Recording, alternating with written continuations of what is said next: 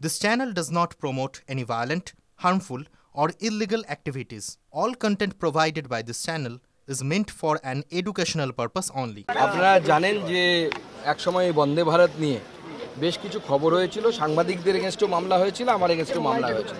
সেই মামলায় পুলিশ সাংবাদিকদেরকে বলেছে যে তারা যদি এই ধরনের এফিডেভিট দেয় যে আগামী দিনে তারা রাজ্য সরকারের বিরুদ্ধে বা পুলিশের বিরুদ্ধে অন্য কোনো ব্যবস্থা নেবে না, তাহলে পুলিশ এটাকে কোয়াশ করার দিকে যাবে। স্বাভাবিকভাবে সমস্ত সাংবাদিকরা সেটাই লিখে দিয়েছে। তো তাদের স্বার্থের কথা চিন্তা করে আমিও আজকে সেই এফিডেভিট দিলাম যে আমরা ফার্দার পুলিশের বিরুদ্ধে আর কোনো মামলা করব না বা রাজ্য সরকারের বিরুদ্ধে আর কোনো মামলা করব না এবং এই মামলাটাকে স্কোয়াশ করা হোক।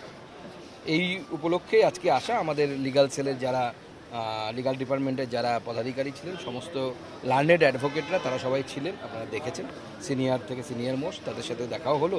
প্লাস এই মুহূর্তে আপনারা জানেন যে হাইকোর্টের নির্বাচন চলছে, ক্লাবের নির্বাচন চলছে, এখনও পর্যন্ত 9টির মধ্যে 8টিতে আমরা এগিয়ে আছি। আমরা আশা করছি এই ধারা সন্ধে পর্যন্ত থাকবে, তাহলে একটা গেরুয়া ঝড় আমরা হাইকোর্টের ক্লাবে পাবো। গতবারও তো ইলেকশনে ভালোই ফল করেছিল বিজেপি, এবারে তৃণমূলের দুটো শাখা ভাগ হয়ে গিয়েছে। সেখানে দেখুন, তৃণমূলের হচ্ছে শাখা প্রশাখা অনেক কিছু আছে, এখানে তো তাও তো হাইকোর্ট, বাইরে তো আরও বেশি শাখা প্রশাখা, এবং বাংলাতে তো সেই জন্যই এত শাখা প্রশাখার জন্য কিছু হচ্ছে না।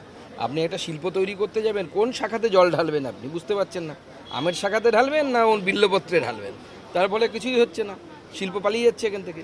তো এটাই হচ্ছে, এবং রাজ্য সরকার বারবার কোর্টের সামনে অপমানিত হচ্ছে, নন্দলাল হচ্ছে। আজকেও আপনাদের জ্ঞাতব্যের জন্য জানিয়ে রাখি যে ফেন্সিং দেওয়া নিয়ে আজকে মামলা উঠেছিল মহামান্য আদালতের কাছে, চিফ জাস্টিসের কাছে। সেই বেঞ্চে রাজ্য সরকার আবার যথারীতি টাইম চেয়েছে, এতদিন টাইম দেওয়ার পরেও। অথচ আজকে চিফ জাস্টিস বলে দিয়েছেন যে 7 দিনের বেশি সময় দিতে পারবো না, কারণ হোম মিনিস্ট্রি থেকে সমস্ত ডকুমেন্ট কোর্টে প্রডিউস করা হয়েছে। কেন্দ্র সরকার জমি অধিগ্রহণের জন্য, অর্থাৎ বাংলাদেশের এই বর্ডারে বেড়া দেওয়ার জন্য সমস্ত টাকা রাজ্য সরকারকে দিয়ে দিয়েছে অনেক দিন আগে।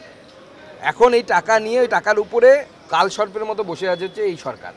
কোর্ট রায় দিয়ে দিয়েছে, আমাদের আজকে অবজারভেশনে কোর্ট বলেছে, মহামান্য আদালত বলেছেন যে 7 দিন টাইম দিয়েছি, 7 দিনের মধ্যে রাজ্য সরকারের তরফ থেকে যিনি এই মামলায় রাজ্য সরকারকে রিপ্রেজেন্ট করছিলেন তাকে 7 দিনের মধ্যে জবাবদিহি করতে। নতুন এসএসসিতেও দুর্নীতি, বিচারপতি অমৃতা সিনহা বলেছিলেন ওএমআর শিট বের করতে।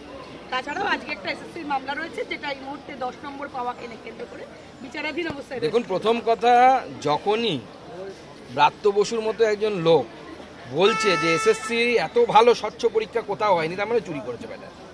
এবং আমরা যেটা বারবার বলছি যে ওএমআর শিটকে সবার সামনে আনতে হবে। আরে বাবা, আমি কি পরীক্ষা দিয়েছি, তুমি কি পরীক্ষা দিয়েছো, ব্রাত্য বসু কি পরীক্ষা দিয়েছে, তা কেন সবার সামনে আসবে না? ওএমআর শিট ওপেন করতে হবে, সবাইকে জানাতে হবে কে কত মার্কস পেয়েছে। আমি পাইনি, উনি পেয়েছেন, তাহলে উনি কত মার্কস পেলেন, কটা গোল্লা ফুল করেছেন, নাকি ফাঁকা রেখেছিল ব্রাত্যবাবু পরে ফুল করেছেন, সে সমস্ত জানতে হবে বাংলার জনগণকে।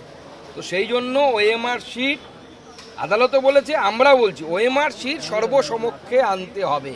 এই চোরেদের বিশ্বাস নেই, কেউ বিশ্বাস করে না, ব্রাত্যবাবুর বাড়ির লোকও ব্রাত্যবাবুকে বিশ্বাস করে না।